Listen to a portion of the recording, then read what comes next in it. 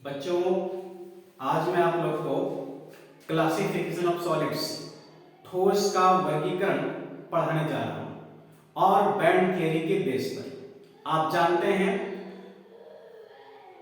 Two types का band होता है एनर्जी बैंड। फर्स्ट आपका वैलेंस बैंड संयोजी बैंड और सेकंड कंडक्शन बैंड चालन बैंड होता है। आप जानते हैं बैलेंस इलेक्ट्रॉन जिस एनर्जी बैंड को रिप्रेजेंट करते हैं उसको हम वैलेंस बैंड बोलते हैं, संयोजी बैंड बोलते हैं। और conduction electron means free electron जिस टाइप के एनर्जी बैंड को रिप्रेजेंट करते हैं उसको हम कंडक्शन बैंड कहते हैं। अब यहाँ पर सॉलिड मटेरियल को कंडक्शन बैंड के बेस पर 3 पार्ट्स में डिवाइड किया गया है। फर्स्ट आपका कंडक्टर, सेकंड सेमीकंडक्टर और थर्ड इंसुलेटर। हम फर्स्ट टाइप के बैंड को जान ले रहे हैं। यहां पर नंबर 1 लिखा गया है इंसुलेटर और चालक। और चालक में देखिए क्या होता है, वैलेंस बैंड फुलफिल होता है, जबकि जो कंडक्शन बैंड है, चालन बैंड है, यह बिल्कुल खाली रहता है। हम इसकी डिफिनेशन भी देख सकते हैं। यहां पर डिफिनेशन है valence band is fulfilled but conduction band is empty. Any electron have not sufficient energy to reach conduction band because energy gap is very high. हम इसको हिंदी लैंग्वेज में भी देख सकते हैं। यह कहा गया कि अचालक में इसमें संयोजी बैंड बिल्कुल भरा हुआ होता है, लेकिन जो चालन बैंड है वह खाली रहता है तथा किसी भी इलेक्ट्रॉन के पास चालन बैंड में पहुंचने के लिए पर्याप्त ऊर्जा नहीं होती। क्यों? क्योंकि इसका जो एनर्जी गैप है वह काफी अधिक होता है। अचालक मटेरियल के लिए जो एनर्जी गैप है इंसुलेटर के लिए यह मोर देन 3 इलेक्ट्रॉन वोल्ट होता है। जब इतना अधिक एनर्जी गैप है तो किसी भी इलेक्ट्रॉन के पास भी सफिशिएंट एनर्जी नहीं होती कि वह बैलेंस बैंड से निकल करके एनर्जी गैप को क्रॉस करके कंडक्शन बैंड में पहुंच पाए। तो जब इलेक्ट्रॉन कंडक्शन बैंड में नहीं पहुंच पाता तो इस टाइप के मटेरियल में कंडक्शन नहीं होता है, करंट फ्लो नहीं करता है। यह तो फर्स्ट आपका इंसुलेटर रहा। हम सेकंड टाइप क्या जा रहे हैं, यहां पर सेकंड टाइप है सेमीकंडक्टर, अर्धचालक।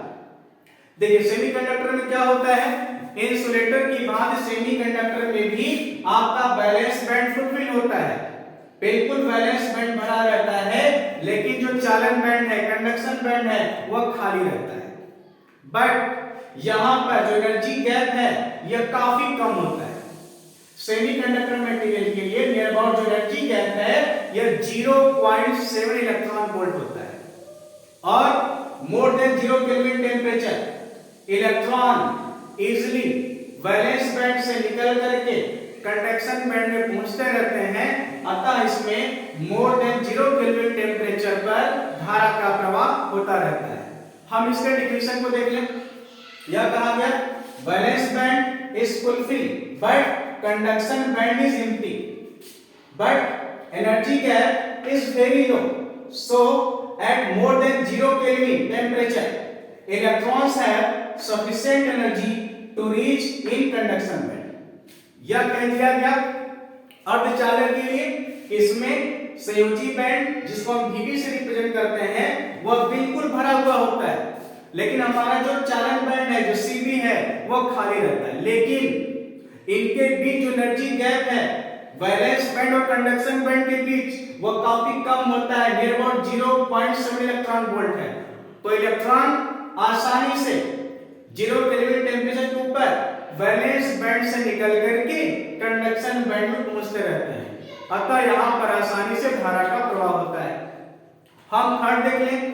थर्ड जो कंडक्टर है जिसको हम चालक कहते हैं, तो चालक में यह डायग्राम है आपके कंडक्टर के लिए। इसमें वैलेंस बैंड भी फुलफिल होता है और कंडक्शन बैंड भी फुलफिल होता है। दोनों संयोजी बैंड और चालन बैंड दोनों भरे हुए होते हैं और दोनों एक दूसरे के ऊपर बिल्कुल ओवरलैप कर जाते हैं। यहां पर एनर्जी गैप बिल्कुल नहीं होता, तो हम कह सकते हैं energy gap is equal to 0। जब यहां पर एनर्जी गैप होता ही नहीं है तो आसानी से इलेक्ट्रॉन बैलेंस बैंड से कंडक्शन बैंड में पहुंचते रहते हैं और इसमें आसानी से धारा का प्रवाह होता रहता है। हम डिफिनेशन को देख लें। Balance band and conduction band are overlap on each other, energy gap is zero, so easily current flows. Hindi में देख लीजिए, इसमें संयोजी बैंड और चालन बैंड एक दूसरे पर अध्यारोपित हो जाते हैं, एनर्जी गैप जीरो होता है, अतः आसानी से विद्युत धारा का प्रवाह होता रहता है। धन्यवाद।